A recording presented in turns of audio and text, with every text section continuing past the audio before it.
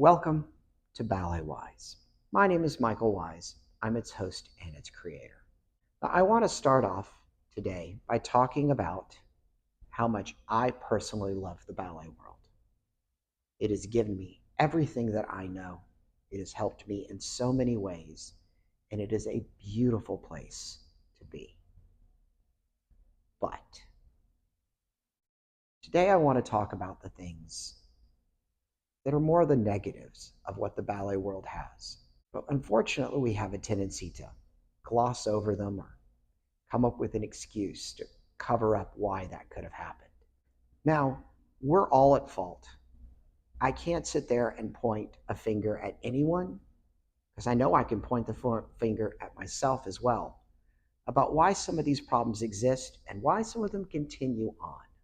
So many people keep asking, and we keep telling them how incredible the professional ballet world is, but we're telling them about the fantasy, not the reality. Social media, they give this idea that the ballet world is always this beautiful and rosy place, when the reality is, it isn't always. And I want to start off, first of all, with the unrealistic expectations that dancers have to live up to. And let's start with the easy one, the one we know has existed for as long as I've lived, probably for many of you the same: body image. The ballet world holds all of us to be in incredible shape, to look the best that we can look. But also, we've moved into a world where we're moving towards an exaggerated level of what that body should look like. Now, I'm not going to sit here and tell you that a long, lean body isn't beautiful to look at.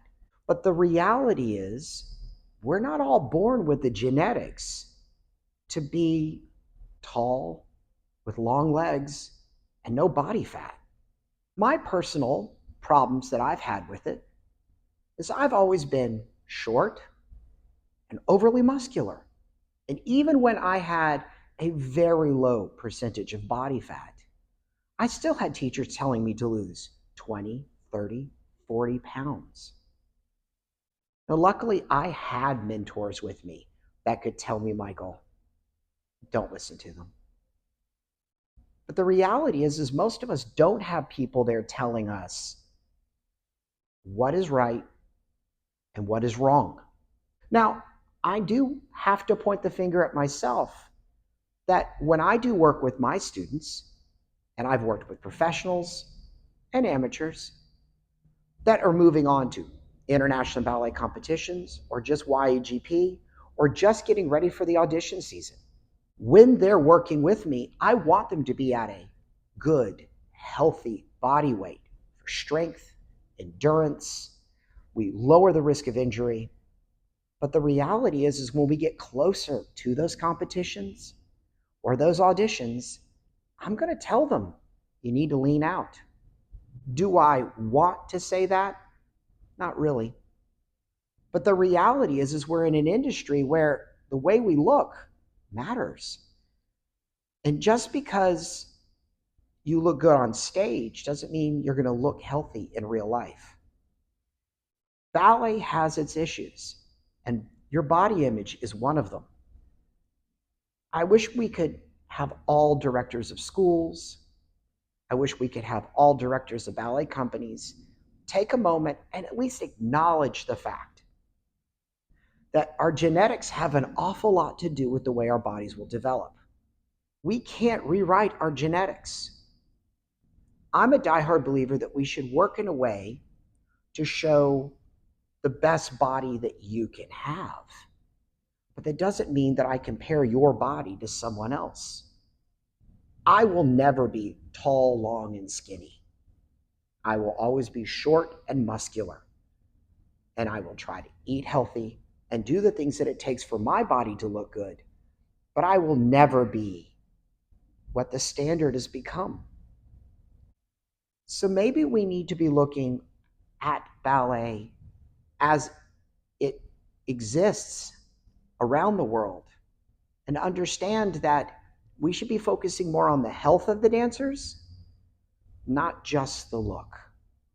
The other ones that I see cause real dilemma in students, beyond just body image, is the way we treat mistakes, the way we treat people that are working on developing sharper memory skills, that dancers eventually become afraid of making a mistake, and that can stop them from progressing. We as teachers and directors and ballet masters and choreographers, we should understand that mistakes are part of the process. If people aren't making a mistake, they will never get better. But if we treat those mistakes like they're the problem, then the person making them is going to be left feeling worthless, that they're the problem. Because we can't stop the mistakes that we make, or we're just going to end up holding back all the time and never truly developing the dancers that I think we all want to see or be. Sometimes we walk into a ballet class, and I know there are a lot of teachers that truly believe in this idea that the combination should be so complicated because that's good for the brain. That's good for them to learn and pick up choreography faster. But my problem with that is, when can we work on the technique? How do we work on the technique? How do we perfect that tendu if the combinations are all we can focus on? The reality is, ballet class shouldn't be a study in choreographic styles. It should be a foundation so they can move forward in rehearsal and attack those choreographic styles. Ballet is vast, it's different, and we have so many different points of view. There are different styles that are out there, and all of them have their place. But what I want us to understand is people are different. Their brains work differently. I personally am ADHD as they come. I had trouble understanding my right hand from my left hand until I was probably 30. But the reality is ballet classes and the teachers I had were willing to take the time to help me understand what it was, learn those combinations, and I never felt threatened or beaten up. But in today's world, you have choreographers that are walking in, will show like 2 minutes of a particular piece of choreography, and then they expect everybody in the room to be able to get up and do it. That's not even superhuman. That's just not possible. Now, maybe one or two of you have photographic memories that can watch that and pick it up instantly.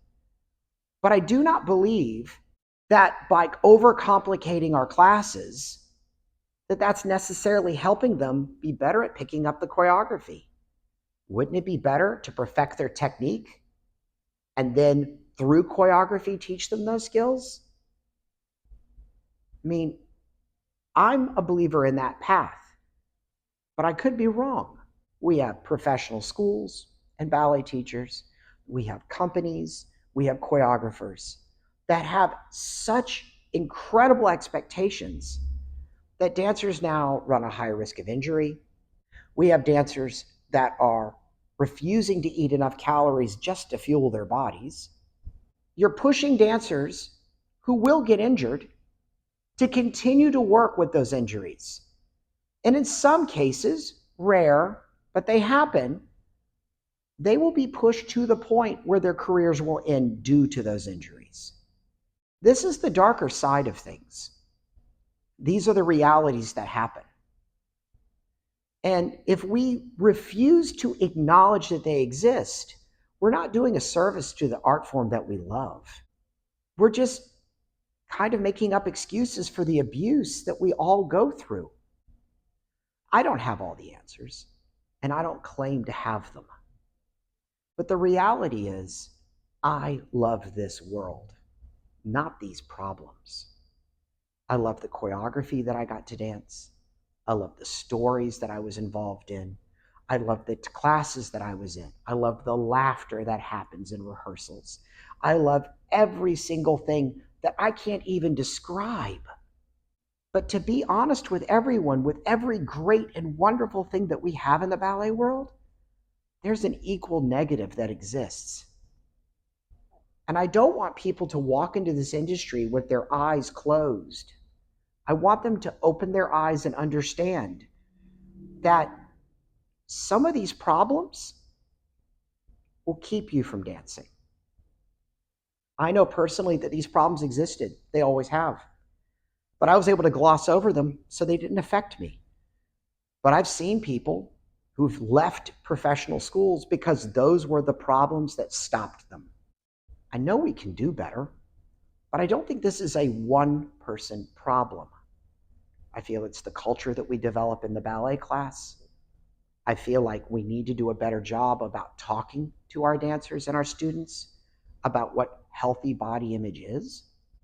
Now, I'm not going to sit here and say that I'm a champion for one thing or another. All I want people to understand is just because the ballet world is this wonderful place, it doesn't mean that we don't have a darker side. So hopefully this has opened your eyes. Hopefully this is something that you can agree upon, and maybe we can stop glossing over it or making excuses for it. And maybe we need to start having conversations about how do we fix it. So if you have that opportunity, or you have an idea, or some other area in the ballet world that you feel like we need to be looking at and addressing, leave us a comment below. My goal here is always to be a mentor. I want to help. I'm not here to tell you what's right, what's wrong.